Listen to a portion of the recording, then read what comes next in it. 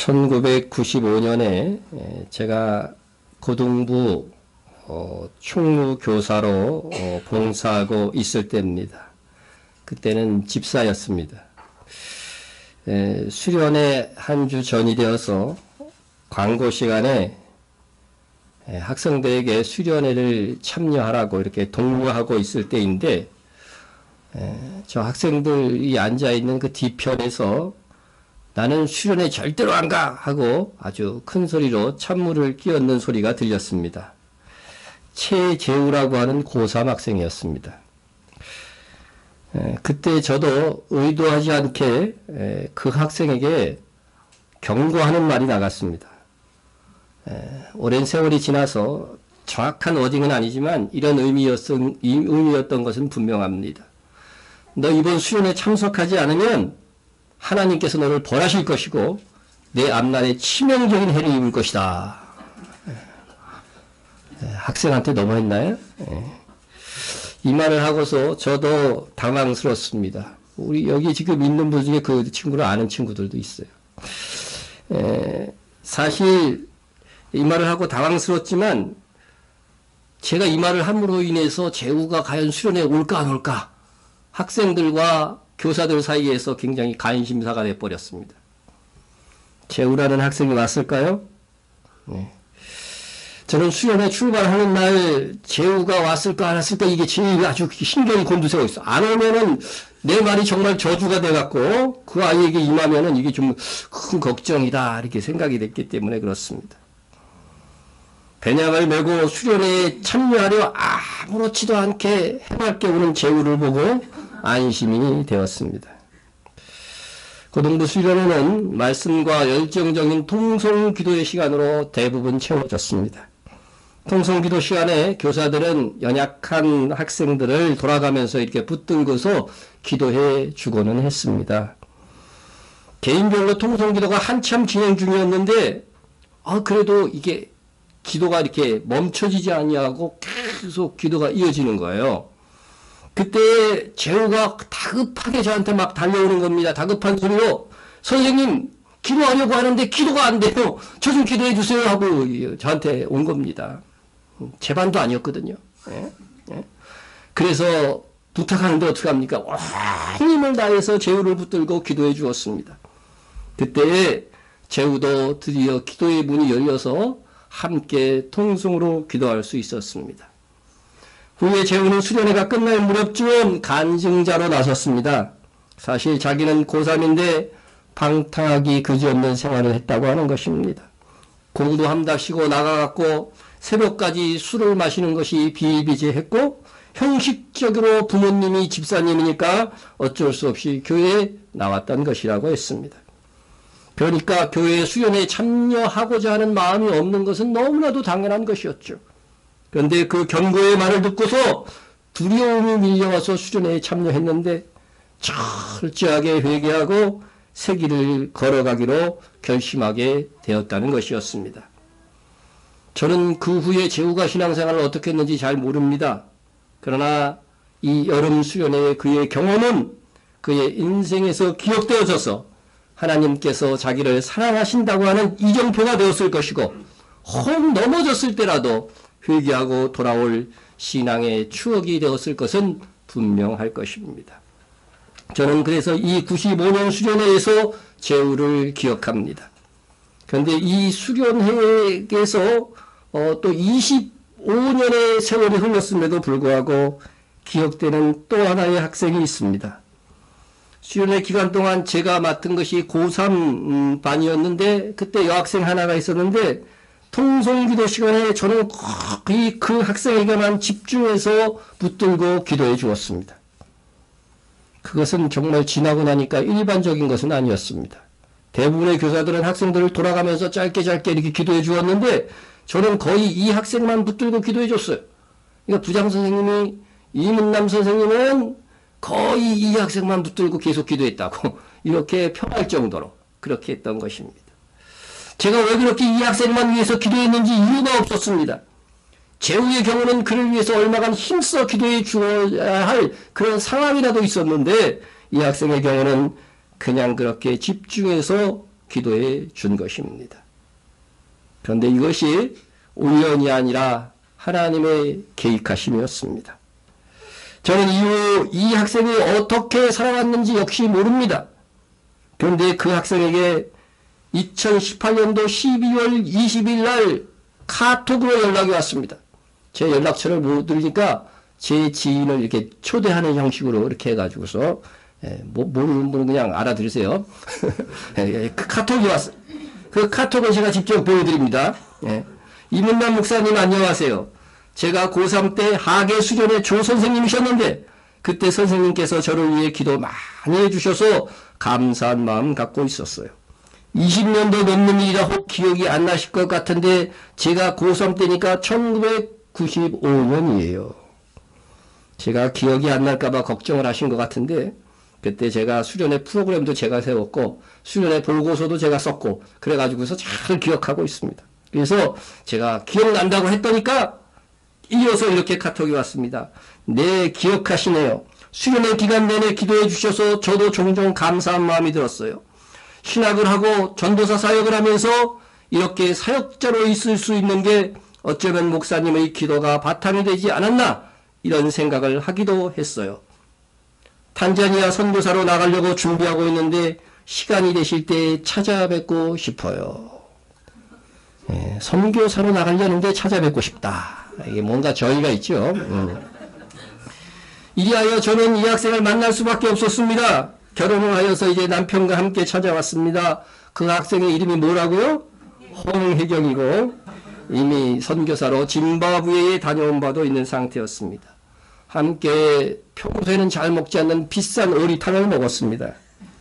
그리고 나서 본론을 이야기하는데 여러 가지 이야기가 있었지만 결론은 이제 부부가 탄자니아로 이렇게 선교를 나가려고 하는데 파송해줄 교회가 없다는 것입니다. 그래서 직접적으로는 얘기 안 했지만 파송해 주시든지 파송할 만한 교회를 소개시켜 주시든지 그렇게 하라는 거죠. 나중에 간증하는 것을 들어보니 탄자니아 선교 파송해줄 교회를 위해서 기도할 때에 제가 탁 생각이 났다고 합니다. 하나님께서 생각나게 하신 것입니다. 하나님은 우리의 몸짓 하나도 낭비하지 아니하시고 협력하여 선을 이루십니다. 저희 아버지께서 대위 시절에 술을 마시고 은혜롭게도 술주정을 어디 가서 했느냐? 교회에 가서 했습니다. 개척교회 여전도사님이 신고하는 충남 서안 도화리에 있는 개척교회에 들어가서 술주정을 하다가 그만 거기에서 엎어져서 잠이 드셨습니다. 새벽에 술을 깨어보니까 웬 소리가 막 들리기 시작한 겁니다. 강단에서 기도 소리가 들리는 거죠.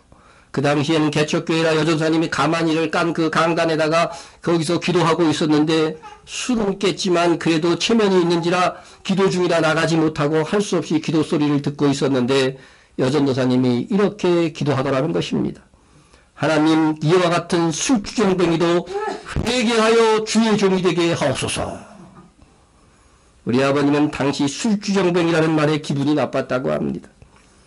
나중에 그래도 양심이 있어서 닭 한 마리를 잡아서 가져다 주었다고 합니다. 그리고 오랜 세월이 지나 저희 아버님이 회개하고 신학을 하여서 목사가 되었는데 바로 술주정을 한 그 교회에 여전도사님의 기도가 응답되었구나. 기도 중에 그게 탁 생각이 나시더라고 하는 것입니다. 나중에 찾아봤지만 너무 변한 그 여전도사님이 심호하는 곳에는 찾지 못했다고 합니다. 하나님께서 술주정하다가 잠들어 교회 바닥에 누워있는 술주정뱅이 군인을 위한 그 여전도사님의 기도가 허사가 되지 않게 하셨습니다. 이 여전도사님은 아직도 살아계실 가능성이 있지만 자기의 기도가 어떻게 응답되었는지 모르고 계실 것입니다. 그러나 주님 다시 오실 때에는 확인하고 기뻐할 줄로 믿습니다. 95년에 왜 하필이면 유독 한 학생을 위해서 기도하게 하셨는지 이제는 알 것 같습니다. 하나님의 플랜은 참 멀리 보고 계셨던 것입니다. 95년 기억을 2018년도 홍혜경 전도사가 떠올리게 한 것, 그것도 하나님이셨습니다. 하지만 홍혜경 전도사가 찾아왔을 때 무척 부담스러운 상황이었습니다. 그래서 제가 말했습니다. 우리 교회 좀 주보 좀 봐라, 주보. 예? 예? 보다시피 우리 교회는 크기에 비해서 너무 많은 선교를 하고 있다. 파송하기에는 지금 우리가 너무 벅차다. 그래서 조금 큰 교회를 찾아보고 또 모교회도 찾아갈 교회까지 제가 막 얘기해 줬어요. 그런데 그때 정말로 제가 하지 말아야 될 말을 하고 말았습니다. 만일 2월 말까지 지원할 교회를 찾지 못하면 우리 교회에서라도 파송하겠다. 그렇게 말을 하고 만 것입니다. 저도 모르게 하는 말들이 가끔 이게 응답이 그대로 되더라고요. 예? 저는 그 말을 할 때 거의 직감적으로 우리 교회에서 파송하게 되겠구나 생각을 했습니다. 그래서 2월 말까지 기다려줬으면 좋겠는데 2월 말이 되기도 전에 2월 19일 날 2019년 2월 19일 날 홍혜경 전도사에게 연락이 와서 파송할 교회를 찾지 못했다고 하는 것입니다. 올 것이 오고야 말았구나. 예. 꾸고자 하는 자에게 거절하지 말라고 예수님께서 말씀하셨는데 선교를 나가겠다고 하는데 더는 거절할 수가 없었습니다. 하나님께서 우리 교회를 사용하시는 것이라 여겨서 기쁨으로 파송하기로 한 것입니다. 그래야 드디어 오늘 파송 예배를 드리고 내일은 탄자니아로 출국을 하십니다. 탄자니아 그것은 아프리카. 제가 백과사전에서 찾아보니까 이슬람교가 35%, 기독교가 30% 거의 팽팽하게 맞서고 있는 땅입니다. 이슬람의 확장을 막아서야만 하는 땅입니다. 그리고 그것은 가난한 나라입니다. 가난한 교회에서 가난한 선교사를 가난한 나라로 보내는 것입니다. 네. 약한 자를 들어 강한 자를 부끄럽게 하시는 하나님께서 약한 우리를 사용하심에 감사드립니다. 오늘 본문에 세례 요한이 옥에서 자기의 제자들을 예수님께 보내어 질문을 합니다. 질문의 내용은 이것이었습니다. 오실 그이가 당신이오니까 우리가 다른 일을 기다리오리까. 우리는 이 세례 요한의 질문이 좀 당황스럽습니다. 어떻게 세례 요한이 예수님의 메시아 되심을 의심하는 듯한 질문을 할 수 있는 것입니까? 세례 요한은 말 그대로 예수님께 세례를 준 사람입니다. 이때 예수께서 갈릴리로부터 요단강에 이르러 요한에게 세례를 받으러 하시니 요한이 말려 이르되 내가 당신에게서 세례를 받아야 할 터인데 당신이 내게로 오시나이까. 요한은요 예수님께서 메시아 되심을 알고 내가 당신에게 오히려 세례를 받아야 하는데 당신이 내게로 오시나이까 이렇게 말한 사람이었습니다. 더욱이 그는 예수님께서 세례를 받으실 때에 성령 비둘기같이 임하심과 예수님께 하늘에서 들려온 음성을 함께 들었던 사람 중에 하나였습니다. 예수께서 세례를 받으시고 곧 물에서 올라오실새 하늘이 열리고 하나님의 성령이 비둘기같이 내려 자기 위에 임하심을 보시더니 하늘로부터 소리가 있어 말씀하시되 이는 내 사랑하는 아들이요 내 기뻐하는 자라 하시니라. 이러한 체험이 있는 세례 요한이 어떻게 예수님께서 이 메시아 되심을 의심하는 질문을 할 수 있었던 것인가? 세례 요한은 감옥에 갇혀 있는 중에 예수님에 대한 놀라운 행적에 대한 소식을 들었습니다. 그렇다면 예수님의 나타내심을 그렇게도 외쳤던 자신을 예수님께서 능력으로 풀려나게 하실 것을 기대했는지도 모르겠습니다. 하지만 주님은 그렇게 하시지 않으셨습니다. 이에 세례 요한은 실망되었는지 모르겠습니다. 어쨌든 세례 요한은 분명 예수님께서 구약 성경에서 율법과 선지자가 예언한 메시아인지 의심이 되어서 질문을 한 것은 틀림이 없습니다. 그래도 주님께 묻고자 자기의 제자들을 보낸 것을 보면 예수님께서 메시아 되심의 무게는 훨씬 더 두고 있었던 것이지요. 그 질문에 대하여서 예수님께서는 제자들에게 너희 스승 요한에게 가서 이렇게 전하라고 말씀하셨습니다. 맹인이 보며 못 걷는 사람이 걸으며 나병 자가 깨끗함을 받으며 못 듣는 자가 들으며 죽은 자가 살아나며 가난한 자에게 복음이 전파된다 하라. 예수님께서 사역에서 나타나고 있는 6가지 이 이적을 한번 보십시오. 이 이적들은 이사야서에서 메시아에 대한 예언, 여호와의 종에 대한 예언으로서 예수님께서 이를 행하고 있는 바였습니다.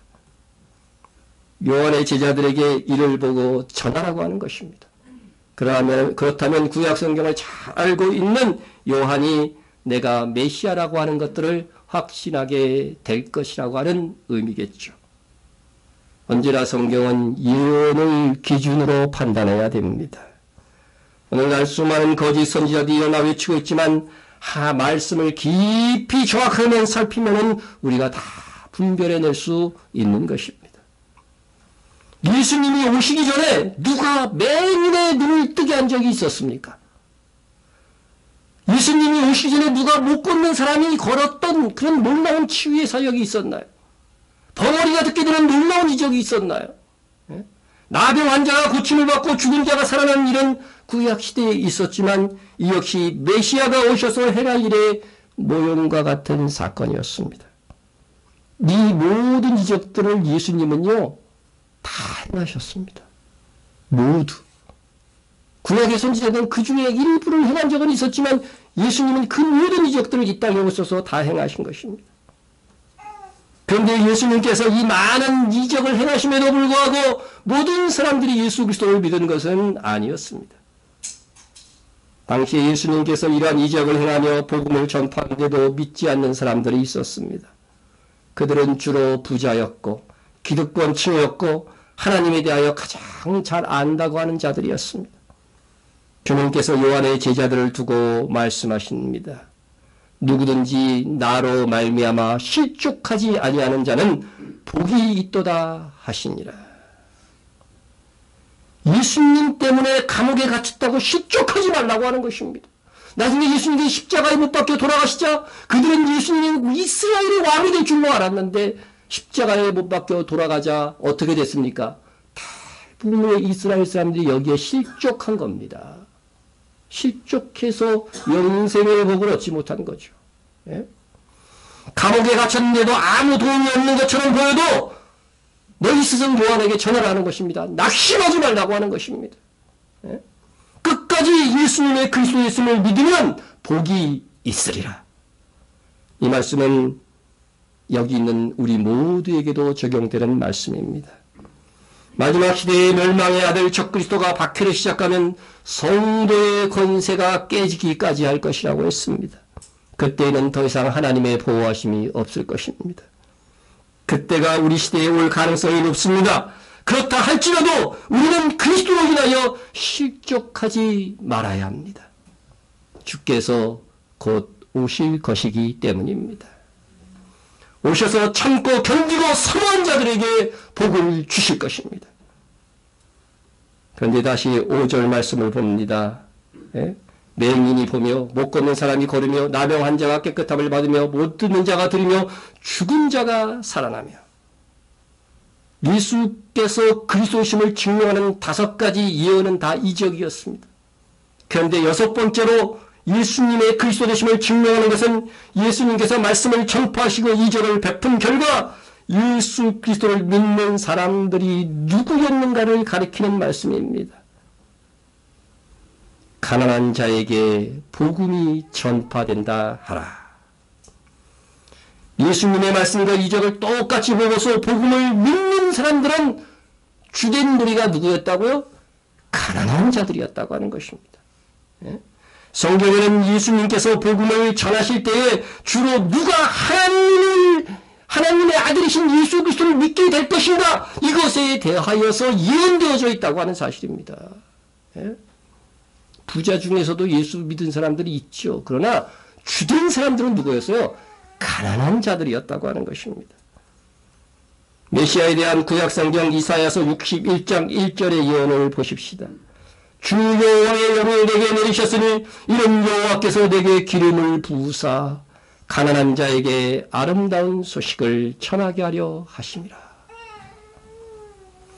예수님을 그리스도를 믿는 사람 중에 혹 간혹 부자도 지도자도 바리새인들도 있었습니다. 그러나 그들의 숫자는 미미하였고 주로 가난한 자들이 복음이 받아들여졌던 것입니다.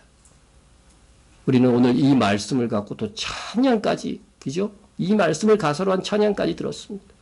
예? 여러분 오늘날도 그렇습니다. 참 저는 우리 교회를 보면서 이 사람들이 과거에 좀 돈 있을 때도 있었는데 부자였을 때도 있었는데 그때는 우리 교회 안 나오다가 다 망하고 나서 가난해지고 난 다음에 우리 교회로 다 왔어요. 야 서글픕니다. 예? 부자였을 때 좀 헌금도 왕창하고 성경도 팍팍하고 그랬으면 얼마나 좋았을까. 예? 그런데요 망해야 가난해져야 그 마음도 하나님을 향하게 되는 것이 이 성경의 원리인 것 같아요. 가난한 자에게 복음이 전파된다. 예? 망하게 하셔서 예수 믿게 하신 것이 더 큰 은혜인 줄로 믿습니다. 예수님께서는 낙타가 바늘기로 들어가는 것이 부자가 하나님의 나라에 들어가는 것보다 쉬운 일이라고 하셨습니다. 부자 삭개오는 예수님을 믿고서 스스로 가난해졌습니다. 참 특별한 경우죠. 예? 그러나 부자 청년은 예수님께서 있는 것을로 다 구제하고 나를 따르라고 하셨을 때에 그가 재물이 많은 거로 고민하며 갔다고 되어 있습니다. 우리는 이 청년처럼 고민할 것이 없습니다. 지금은 마지막 시대입니다. 우리가 가난한 자로 살아야 됩니다. 들으라 부한자들아 너희에게 임할 고생으로 말미암아 울고 통곡하라. 예, 이거는 여보요 부한자들이 상징이 아닙니다. 예? 너희 옷은 정먹었으며 너희 금과 은은 녹이 있었으니 이 녹이 너희에게 증거가 되며 불같이 너희 산을 먹으리라. 너희가 말세에 재물을 쌓았도다. 집에 옷이 많아서 좀 먹은 거 없습니까? 좀 먹기 전에 바자에 내세요. 얼마나 돈이 많은지 금과 은이 녹신 부자들 그것이 증거가 되어서 심판을 받을 것이다. 사실 금과 은은 녹슬지 않죠. 그죠? 녹슬지 않습니다. 이는 많은 재물이 있으면서도 주를 위해서 사용하지 않은 재물을 가리키는 말씀일 것입니다. 너희가 말세에 재물을 쌓았도다. 우리는 이 말씀에 의거 재물을 생기더라도요. 예? 그렇다고 생기는 족족을 얘기하는 게 아닙니다. 우리가 필요한 이상이 생긴다고 한다면 주를 위해서 가난해져야 됩니다. 다른 시대는 모르지만요. 말세에는요. 재물을 쌓으면 안 되는 겁니다. 예? 여러분에게 묻겠습니다. 여러분 부자가 되어도 주를 위해서 스스로 가난해질 각오가 되어 있으십니까? 예상보다 크지 않을 거라고 생각은 했습니다. 진심으로 아멘이 안 되시는 분은 절대로 부자가 되지 않기를 기도하겠습니다. 정말입니다. 우리는 그나마 가난해서 다행입니다. 현재 기준으로 나는 가난하다고 생각하시는 분들 한번 손들어 보세요. 손들어 봐요. 예? 부자도 많아. 예? 예? 내가 보기엔 가난한데도 손을 안 댔네. 예?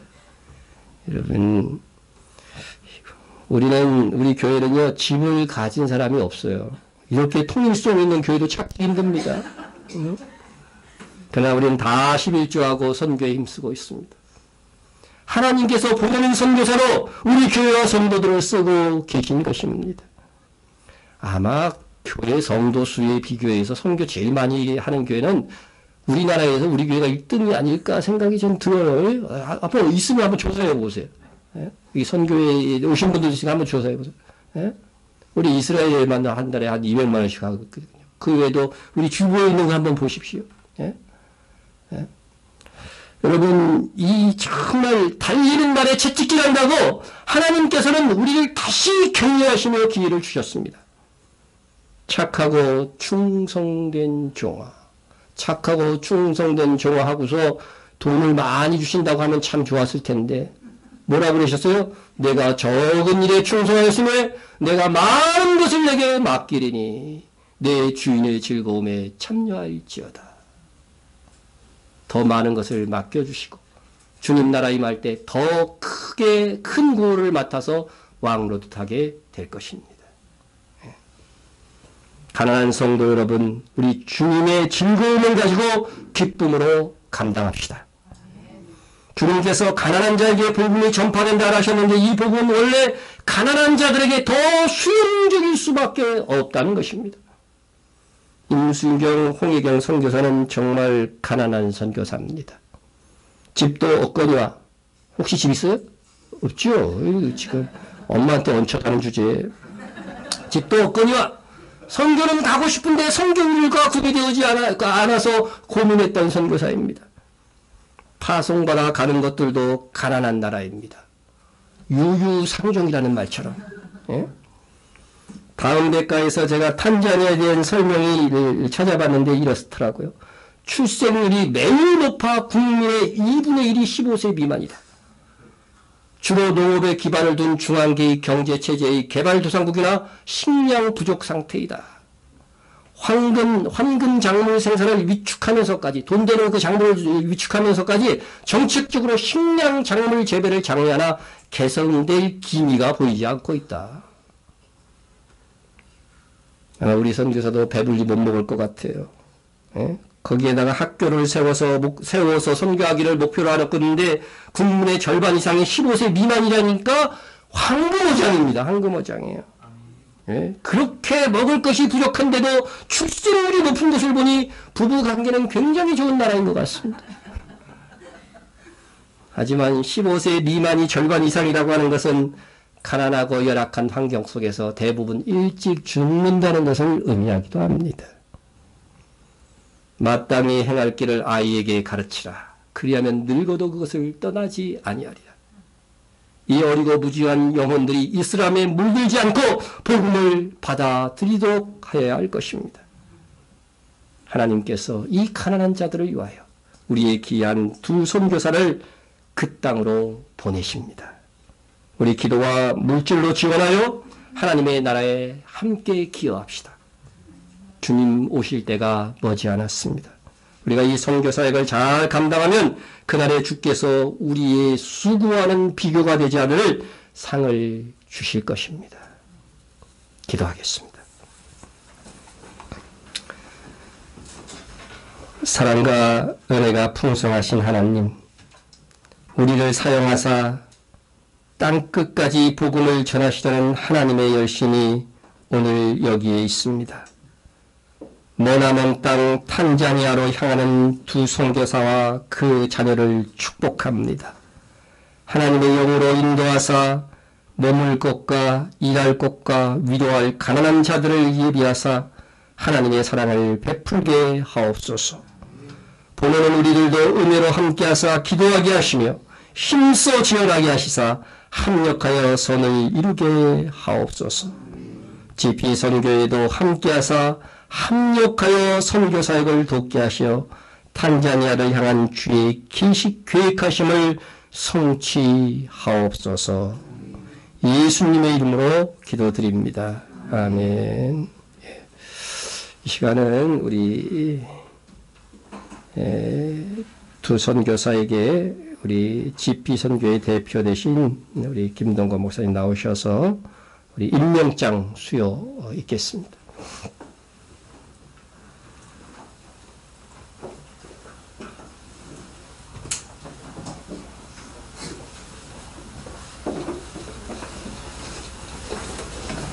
김지원 씨 마이크 좀 이렇게 대주세요.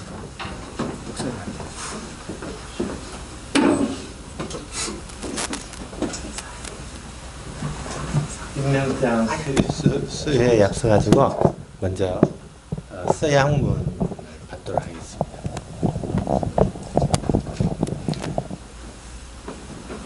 먼저 우리 임수영 선교사님, 예, 같이 하시면 되겠습니다. 네. 예. 선교사 서양문 1.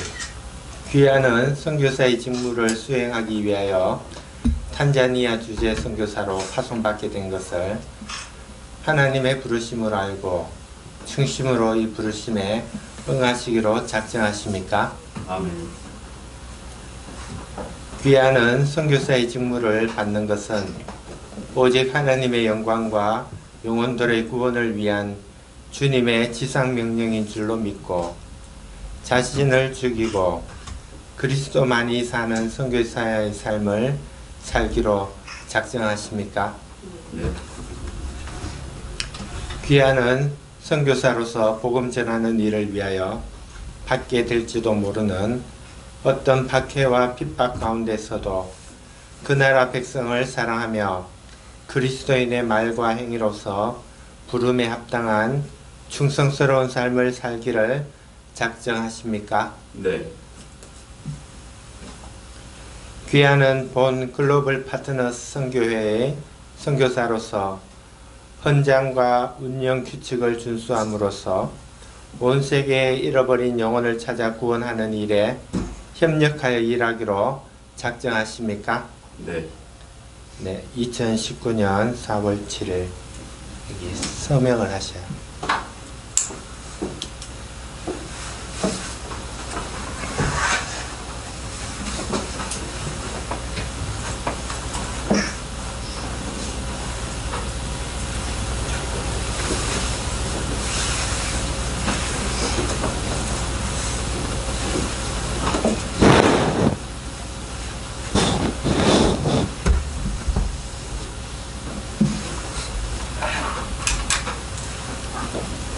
예, 임명장을 수여하도록 하겠습니다. 임명장, 성명, 임수형, 생년월일 1977년 2월 10일.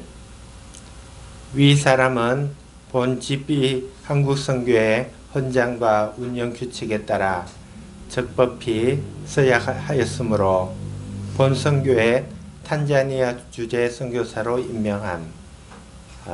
첫 번째 텀 임기가 2019년 4월 7일부터 2023년 4월 6일까지입니다. 2019년 4월 7일 재단법인 글로벌 파트너스 선교회 한국 대표 김동건, 이사장 김인중 목사.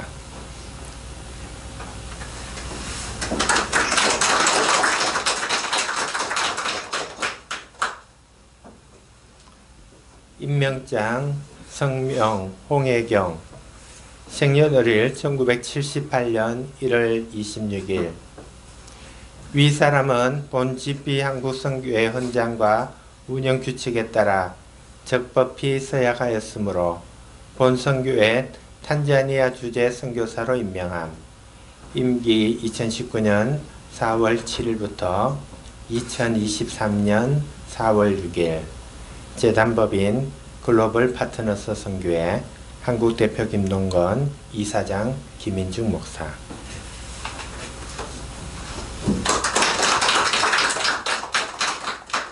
네, 우리 담임 목사님 나오셔서 부탁. 아이, 드세요. 예.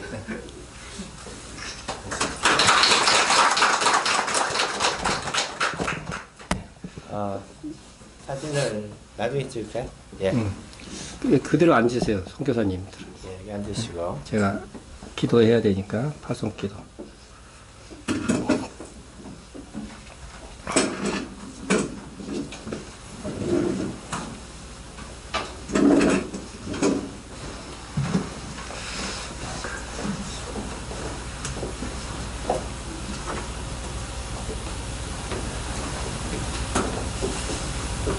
사랑과 은혜가 풍성하신 하나님 아버지, 여기 두 젊은 선교사가 있습니다.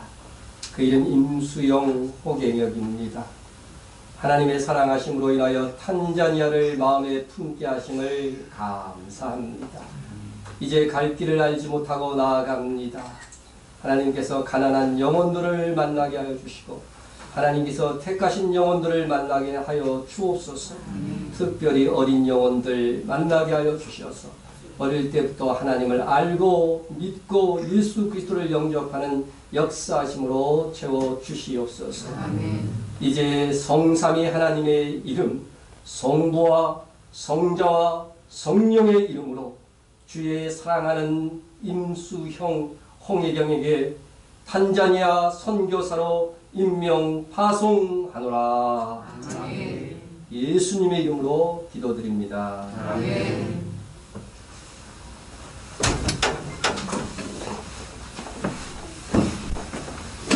네. 이제 우리 김동균 대표님 나오셔서 경력금 축사해 주시겠습니다. 앞에 나오시면 들어오시죠.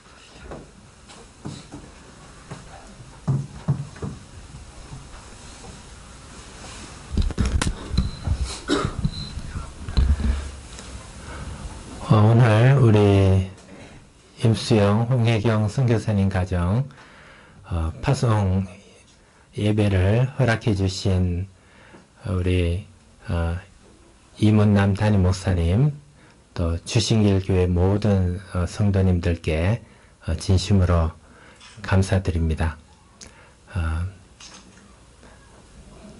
우리 두 분 선교사님은 저희 선교사회에 허입이 되어서 모든 훈련을 마치고 또 저희가 요구하는 선교비를 다는 아니지만 그것은 또 이렇게 모금을 하고 특별히 이렇게 마지막에 오랫동안 기도하던 파송교회를 찾아서 이렇게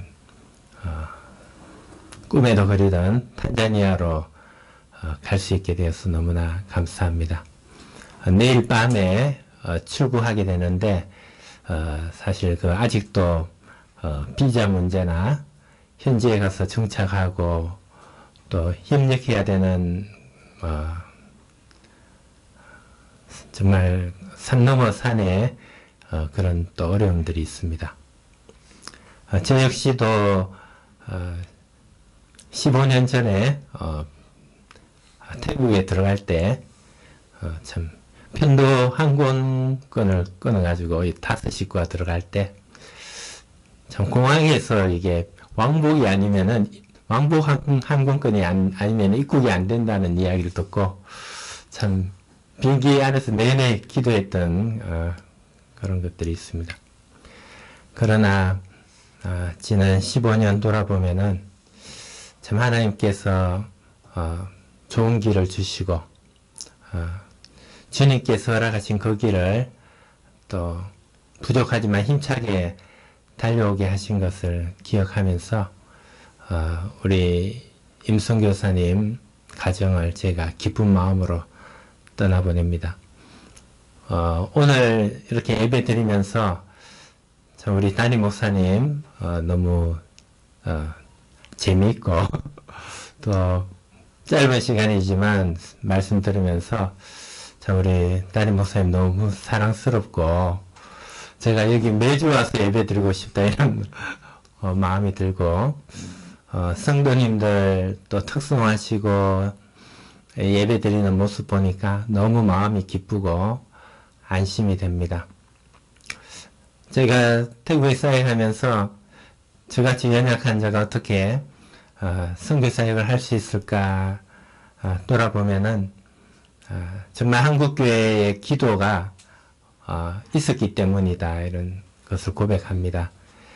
참 인간적으로 불가능하다 생각되는 순간마다 사역의 문이 열리는 것을 볼 때 참 저희들을 위해 기도해 주시는 성도들의 기도가 정말 응답된다 이런 고백을 드립니다. 계속해서 이제 첫 번째 임기가 4년인데요. 우리 성도님들 많이 기도해 주시고 또 후원해 주시기를 부탁드립니다. 저희 GP선교회 대표로서 정말 이렇게 아름답고 따뜻하고 사랑스러운 교회와 또 연결되고 파송되게 된 것을 정말 하나님께 감사드리고 우리 또 담임 목사님들께 목사님께 감사드립니다. 예, 감사합니다. 머리 조심하세요.